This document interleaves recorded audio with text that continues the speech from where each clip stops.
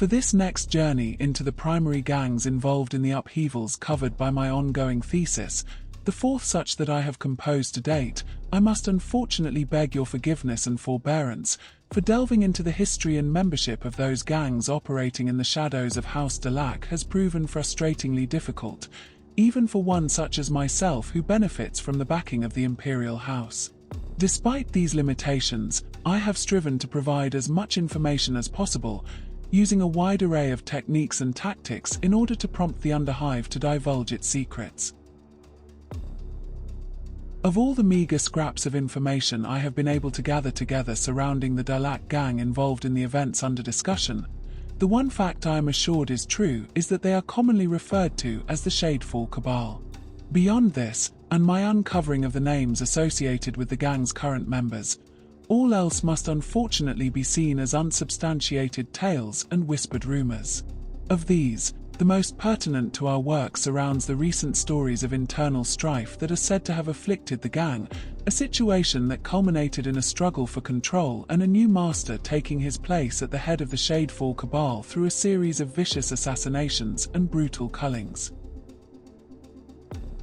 While it pains me to proceed with such little in the way of verified records, I am bound by my oaths and directives to deliver as thorough a review of the members of the SHADEFALL Cabal as my abilities allow, and as such, I will continue with this task with stoic resolve and unwavering faith in the Emperor. Gathering information about the leader of the SHADEFALL Cabal represented the least frustrating line of inquiry that I experienced during this work,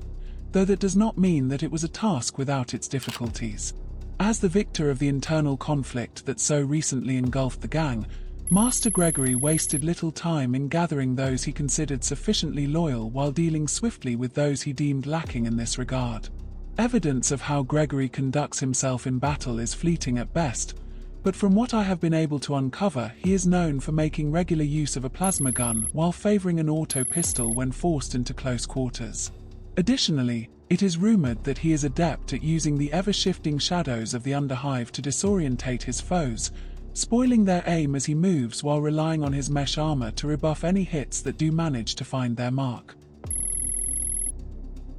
My investigations have revealed that the rise of Master Gregory to a position of leadership within the SHADEFALL Cabal was built upon the strategic removal of key opponents, a series of tasks that were ably undertaken and executed by a few trusted allies. One such ally is Tor von Hall, a mysterious figure who is credited with numerous executions and assassinations on Gregory's behalf, striking from a distance and ending his targets before anyone around them was even aware of the threat. The most probable weapon used by this phantom of a fighter is a custom long rifle, its accuracy at extreme range providing the perfect foil for von Hall's rumored patience and ability to wait out his targets and deliver Gregory's wrath at a moment's notice.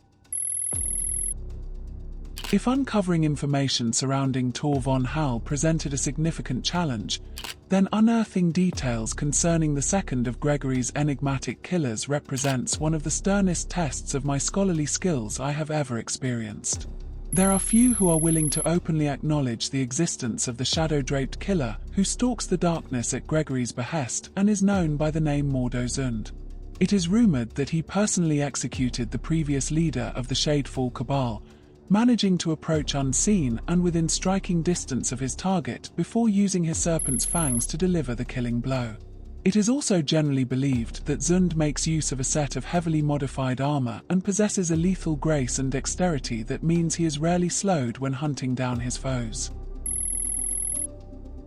Unlike many gangers of the Underhive, those who hail from House Delaque tend to value their anonymity over the potential notoriety that comes with fame and infamy, which can lead to difficulties in discovering much about their past and any relevant achievements. Enos Sholak is a perfect example of this, a Delaque ganger who I have come to believe is highly regarded by Master Gregory and seems to have been earmarked for future progression. Unlike many of his fellow gangers, Sholak is more than comfortable engaging his opponents at range using a standard pattern autogun, while also being capable in close combat, wielding a pair of toxin-coated knives with deadly precision. As for protection, it seems that Sholak is known to enter combat with more than most other rank-and-file members of the gang,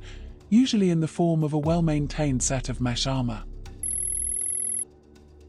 During Master Gregory's rise to power, as previously mentioned, there was more than one culling of the ranks, with only those deemed to have shown sufficient loyalty to the new regime able to avoid a fate that, I feel, is best left to your imagination. Two of the gangers who managed to navigate their way through this deadly upheaval are Elam Blyce and Stavros Kazakov, both of whom were quick to swear allegiance to Gregory and who have since provided him their unwavering support. While information on these two is vague, it is rumored that they both prefer to engage their enemies at close quarters, with Blyce favoring a compact handflamer with an auto pistol as backup, while Kazakov tends to make use of a shotgun and, when needed, a stiletto knife. Additionally, both gangers have been seen wearing standard variants of flak armor when entering combat, which, while more common, still offers the wearer a degree of protection.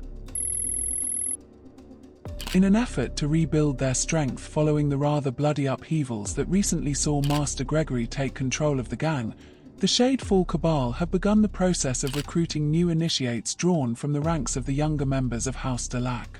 My investigation has identified Hector Rim and Seth Derman as two of these new members, the first to be brought into the gang following Gregory's ascension. It is said that until they prove otherwise, both are considered expendable, and as such, their access to equipment is severely limited, meaning the only weapons they are known to use are a brace of auto pistols, while neither youngster is equipped with much in the way of protection. If they manage to survive, it is seen as a sign of potential, and over time they may be brought further into the gang's confidence, even earning the right to be included in the Cabal's most closely guarded secrets.